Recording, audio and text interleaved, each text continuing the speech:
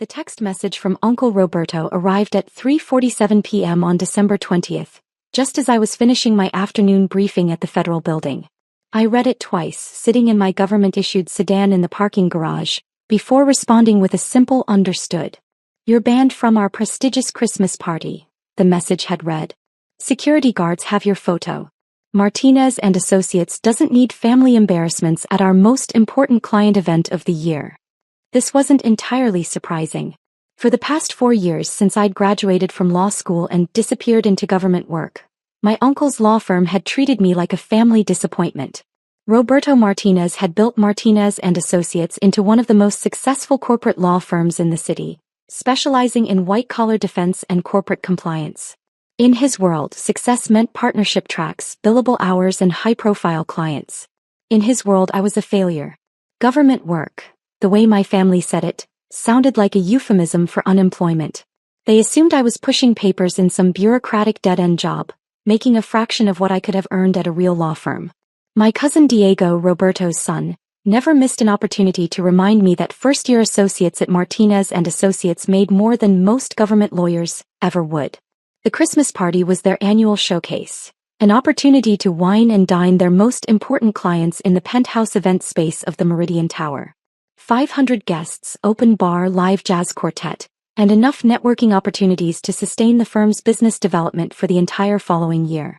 I wasn't surprised to be excluded. What did surprise me was the security detail.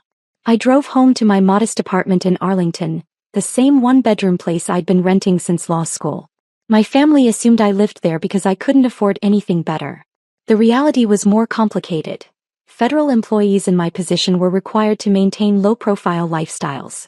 Conspicuous consumption raised questions about income sources that were difficult to answer without compromising operational security. At 7:30 p.m. I was reviewing case files on my couch when my secure phone buzzed. Special Agent in Charge Patricia Wong. "Martinez," I answered. "Sophia, we have a situation. The Castellano investigation just accelerated. We need you at the Meridian Tower, 35th floor. Martinez and Associates Christmas party." I felt my stomach drop. "I see, Wong, I'm not exactly welcome at that party." "Why not?" "Long story. Family complications." There was a pause. "Sophia, this is operational priority. The Castellano money laundering network has been funneling cash through high-end law firms for 2 years. Tonight's party is cover for a major transaction. We need eyes and ears inside." I looked at my case files, then at my closet where a single black dress hung, the one I'd bought for law school graduation and never worn since. "What's my cover story?" "You're exactly who you are, Sophia Martinez, JD from Georgetown, currently working in government. Let people make their own assumptions about what kind of government work." "SEC Wong, my uncle literally has security guards with my photo instructed to keep me out." "Then we'll make sure they let you in. Bureau credentials tend to be persuasive." An hour later, I was standing outside the Meridian Tower in my 4-year-old dress and discount heels, holding my federal ID in one hand and my phone in the other. Through the glass lobby, I could see guests streaming toward the elevator banks, all designer suits and cocktail dresses, all looking like they belonged in a world I'd apparently chosen to leave behind. I called Roberto's office line. "This is Sophia," I said when his assistant answered. "I need to speak with my uncle. Ms. Martinez, Mr. Martinez specifically instructed that you not be admitted to tonight's event." "I understand. Just tell him I'm downstairs and I need 2 minutes of his time." 5 minutes later, Roberto appeared in the lobby, looking exactly like what he was, a successful corporate lawyer in a $3,000 suit, flanked by 2 security guards who looked like former cops.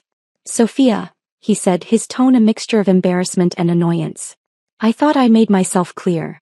"You did," I said. "Uncle Roberto, I need to attend tonight's party." "Absolutely not. This is our most important client event of the year.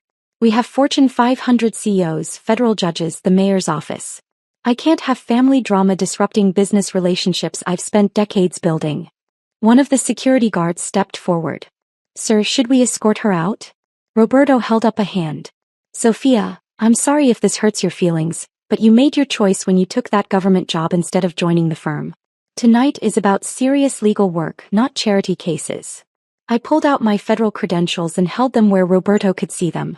"Special Agent Sophia Martinez, Financial Crimes Division, Federal Bureau of Investigation." Roberto's face went completely white. The security guards exchanged glances. "You're..." Roberto's voice came out as a whisper. "FBI," I confirmed. "And I need to attend your party tonight on official business." "Official business?" "Money laundering investigation. High-profile targets." "I can't say more, but your cooperation would be appreciated." Roberto stared at my credentials like they might be fake. "Sophia, you've been working for the FBI for 4 years? Since graduation. And you never told us?" Federal agents don't typically advertise their employment status to civilian family members. The security guards were looking increasingly uncomfortable. Finally, Roberto found his voice. "Of course. Yes. Whatever the Bureau needs. Should I announce you differently? Just let me in and let me do my job. Pretend I'm exactly who everyone thinks I am, your disappointing niece who works some boring government job." The elevator ride to the 35th floor was silent except for Roberto's heavy breathing. When the doors opened, I was struck by how impressive the party actually was. Floor-to-ceiling windows overlooking the city, crystal chandeliers, enough food and alcohol to cater a wedding, and exactly the kind of high-end networking event that made Martinez and Associates one of the most successful firms in the region. "Sophia." My Aunt Maria appeared immediately, looking shocked. "What are you doing here?" Roberto said. "Family emergency," Roberto said quickly. "Sophia needs to be here tonight." My cousin Diego approached with a drink in his hand and a condescending smile. Well, the government worker decided to join the private sector party after all. "Something like that," I said, scanning the crowd for faces from my investigation files. "How's the bureaucrat life treating you?" Diego continued. "Still pushing papers at the Social Security Administration?" "Something like that," I repeated, spotting Vincent Castellano near the bar, exactly who I was looking for. "Diego, maybe give Sophia some space tonight," Roberto said nervously. "Why? She's family. Sophia, you should meet some of our clients. Maybe you'll realize what you missed by taking that government job instead of joining a real law firm." Before I could respond, my earpiece crackled with Patricia Wong's voice. "Martinez, Castellano just entered the private conference room. 3rd floor, southeast corner. We need audio." I excused myself and made my way toward the conference room, trying to look like I was heading to the restroom. The hallway was empty, giving me a clear approach to the door where I could hear multiple voices discussing what sounded like financial transfers. I was positioning my recording equipment when footsteps approached from behind. "Sophia." It was my cousin Elena, Diego's younger sister. "What are you doing up here?" "Looking for the restroom," I said quickly. "It's back by the main party," Elena said suspiciously. "Are you okay? You seem different tonight." Before I could answer, the conference room door opened and 3 men in expensive suits emerged, including Vincent Castellano, who nodded politely at Elena and completely ignored me. Perfect. I'd gotten everything I needed. The rest of the party passed in a blur of small talk and family awkwardness. My relatives introduced me to their important clients as Sophia, who works in government, always with a tone that suggested this was vaguely embarrassing but unavoidable. I smiled, made appropriate conversation, and gathered intelligence on 2 additional money laundering targets while appearing to nurse a single glass of wine. At 10:30 p.m., just as the party was reaching peak networking energy, the elevator doors opened and 3 people in dark suits stepped out.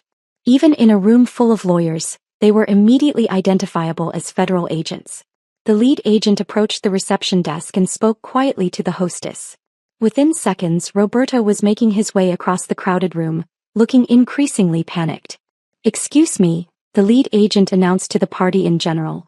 "FBI. We need to speak with Agent Martinez." The entire party went silent. 500 people in designer clothes holding champagne glasses, all staring at the federal agents who had just disrupted their networking event.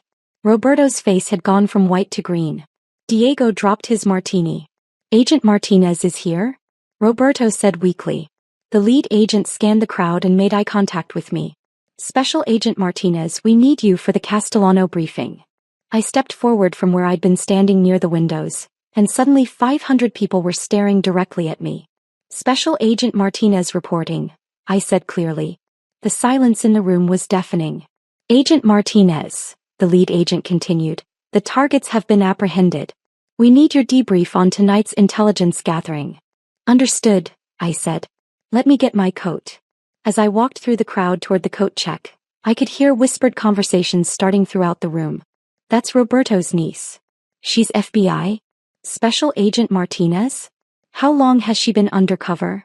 Elena grabbed my arm as I passed. Sophia, you're FBI? For years, I said quietly. But we all thought you were working some dead-end government job. I was working the government job I was assigned to work. Diego appeared looking stunned. Sophia, you're a federal agent? Financial Crimes Division, I confirmed. Roberto finally reached us looking like he might faint. Sophia, I had no idea. When you said government work, I assumed. You assumed correctly, I said. I work for the government. But not like this. The lead agent approached our family group. Agent Martinez, ready for debrief? Ready, I said. As we walked toward the elevator, Roberto followed. Sophia, wait.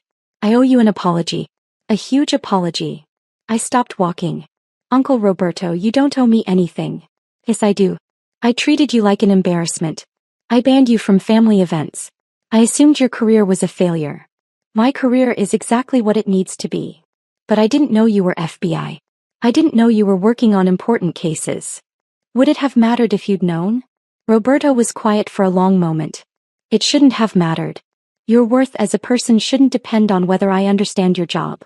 Maria had joined us, tears in her eyes. Sophia, we're so proud of you. We didn't know. I couldn't tell you, I said.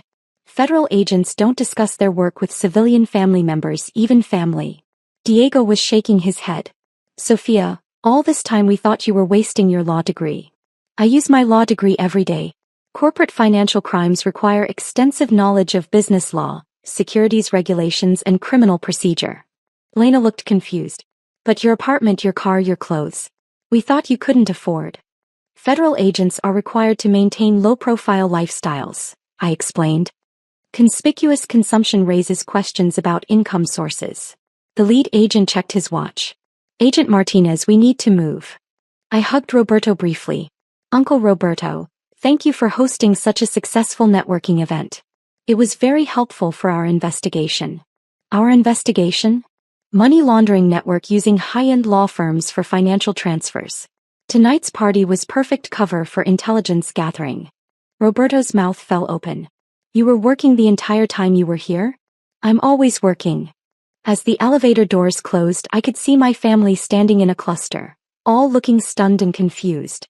Through the closing doors, I heard Diego say to his father, Dad, do you realize we just spent 4 years treating an FBI agent like she was unemployed? The debrief lasted until 2 a.m. The Castellano money laundering network had been operating for 3 years, moving over $50 million through various professional service firms, including 3 law firms that used high-end client events as cover for financial transactions. Tonight's intelligence had provided the final pieces needed to secure indictments against 7 key figures. Outstanding work, Martinez, S.C. Wong said as we finished reviewing the recorded conversations. Your family connections provided access we couldn't have gotten any other way. About that, I said. My family situation is complicated now. How so? They know I'm FBI.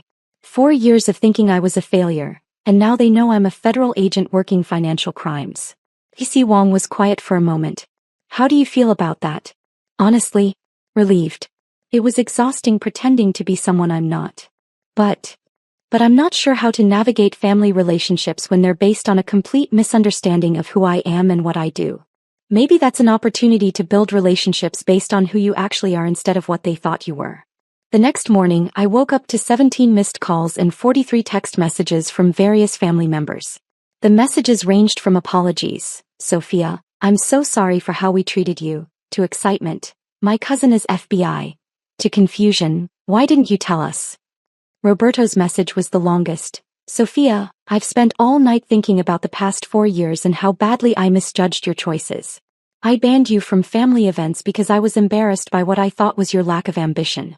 Now I realize you were pursuing one of the most challenging and important careers possible, and I was too narrow-minded to recognize it. I hope you can forgive me, and I hope we can rebuild our relationship based on mutual respect rather than my misconceptions about success. I was still reading messages when my secure phone rang. Si Wong again. Martinez, we have a problem. The Castellano arrests made national news.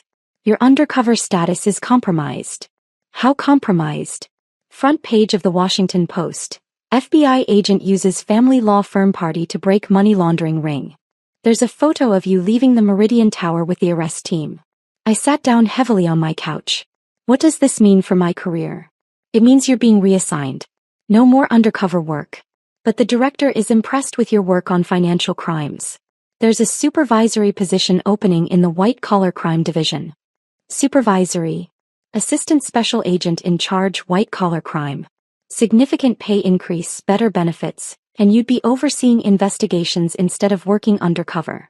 I thought about my modest apartment, my low-profile lifestyle, the 4 years of family gatherings I'd missed because my cover required maintaining distance from people who might ask too many questions about my work. SEC Wong, does this position require the same lifestyle restrictions? Supervisory agents have more flexibility in their personal lives, as long as they maintain appropriate operational security. Meaning you can finally buy a car that isn't 15 years old and live somewhere with more than one bedroom. That afternoon I drove to Martinez and Associates to see Roberto. The receptionist's eyes widened when I introduced myself. Special Agent Martinez, she said, her voice filled with awe. Mr. Martinez has been expecting you. Roberto's corner office overlooked the city, with law books lining every wall and framed photographs of him with various judges and politicians. He stood up immediately when I entered, looking nervous and hopeful. Sophia, thank you for coming. Uncle Roberto, we need to talk. Yes, we do. First, I owe you the apology of a lifetime. You already apologized last night. Not sufficiently. He gestured to the chairs across from his desk. Sophia, I spent 4 years treating you like a disappointment because your career choices didn't match my narrow definition of success. I sat down, still wearing my federal credentials clipped to my suit jacket.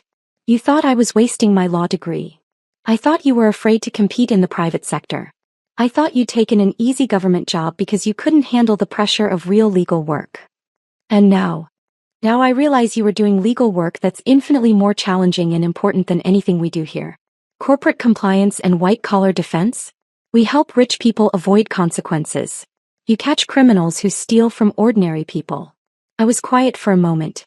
Roberto, both types of legal work are important. Your clients deserve good representation, and your compliance work helps companies follow the law. But I dismissed your choice without understanding it. Yes, you did. Sophia, is there any way we can start over? Can I earn back your respect and trust? I looked around his office, the expensive furniture, the prestigious awards, the photographs with powerful people. All the external markers of success that had seemed so important to him. Roberto, I never lost respect for you as a lawyer or as a family member. I just needed you to respect my choices even when you didn't understand them. I want to understand what you do, why it matters, how I can support you. I can't discuss specific cases or operations. But I can tell you that financial crimes investigation requires extensive knowledge of business law, corporate structure, securities regulation, and international banking. Every day I use everything I learned in law school and more. Roberto nodded slowly. And the arrests last night? 3-year investigation. Money laundering network moving tens of millions of dollars through professional service firms. Last night's party provided the final intelligence needed to secure indictments. Including intelligence gathered at my party. Yes. Sophia, I feel like an idiot. I banned you from an event where you were actually working to catch criminals. You didn't know. I should have trusted you. I should have asked better questions about your work instead of making assumptions. We sat in silence for a moment. Finally, Roberto said, "What happens now? With your career, with our family relationship? I'm being promoted to Assistant Special Agent in charge of white-collar crime. And I'd like to start attending family events again if you'll have me." "If we'll have you." Roberto's voice cracked slightly. "Sophia, we'd be honored to have you. We've missed you at every gathering for 4 years. Even though my work will still involve catching people who commit financial crimes? Especially because your work involves catching people who commit financial crimes." 6 months later, I was settled into my new position overseeing white-collar crime investigations for the entire regional office. The work was challenging and fulfilling, involving complex financial crimes that required exactly the kind of legal expertise I'd developed over my career. I'd also moved into a 2-bedroom apartment in a better neighborhood and bought a reliable car, nothing flashy, but significant upgrades from my undercover lifestyle. At the Martinez and Associates annual summer party, I attended as a welcome family member rather than a banned embarrassment. Roberto introduced me to clients as my niece, Assistant Special Agent in Charge Sofia Martinez, FBI White Collar Crime Division. The conversations were fascinating.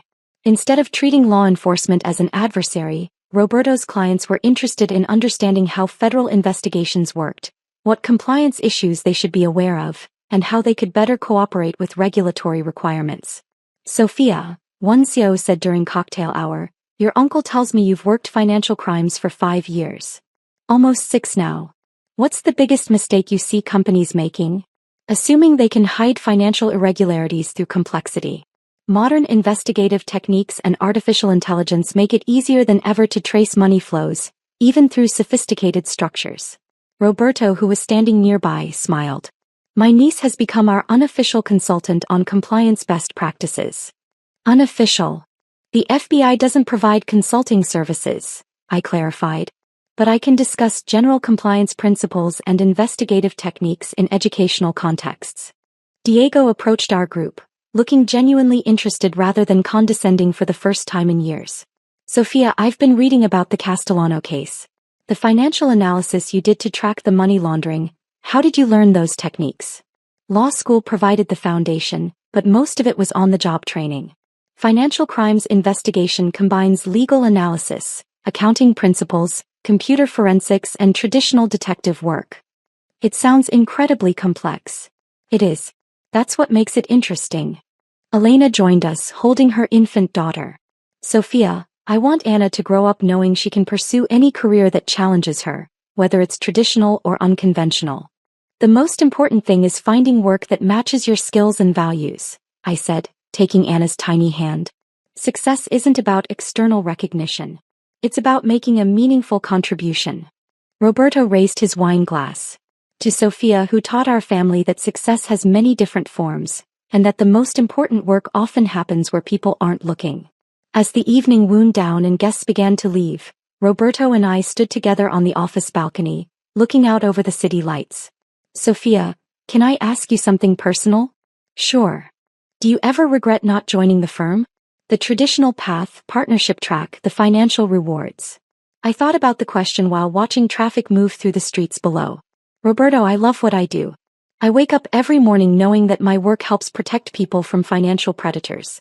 I solve complex puzzles that have real consequences for victims of crime. The financial rewards are sufficient, and the personal satisfaction is enormous. But you could have made more money in private practice. Money isn't the only measure of a successful career. I'm doing work that matters, using skills that challenge me and making a difference in people's lives. Roberto was quiet for a moment. I wish I'd understood that 4 years ago. You understand it now. That's what matters. Sophia, I'm proud of you. Not just because you're successful, but because you were brave enough to choose a path that was right for you, even when your family didn't support it. Thank you, Uncle Roberto. That means a lot. As I drove home that evening, I reflected on how much had changed since that December night when I'd been banned from the family Christmas party. The work remained challenging and fulfilling, but now I had the added satisfaction of family relationships based on mutual respect rather than misconceptions about success. My phone buzzed with a text from Azasi Wong. Martinez, excellent work on the Hansen investigation. The financial analysis you developed is being adopted as standard protocol for multi-jurisdictional cases. I smiled, thinking about the 16-year-old version of myself who'd wanted to be a lawyer, the law school graduate who'd chosen federal service over private practice, and the FBI agent who'd spent 4 years working cases while her family worried about her career prospects. Sometimes the most important work happens where people aren't looking. And sometimes, if you're patient enough and committed enough, the people who matter most will eventually see what you've been building all along. The dining room at Dad's house felt smaller than usual, cramped with tension and the weight of conversations I'd learned to avoid. Thanksgiving dinner had become an annual exercise in endurance since Dad married Christine 3 years ago. She sat at the head of the table opposite him, perfectly coiffed in a cream cashmere sweater, discussing the family's financial future as if I weren't sitting right there. Michael needs to understand the business better if he's going to inherit it someday, Christine said, cutting her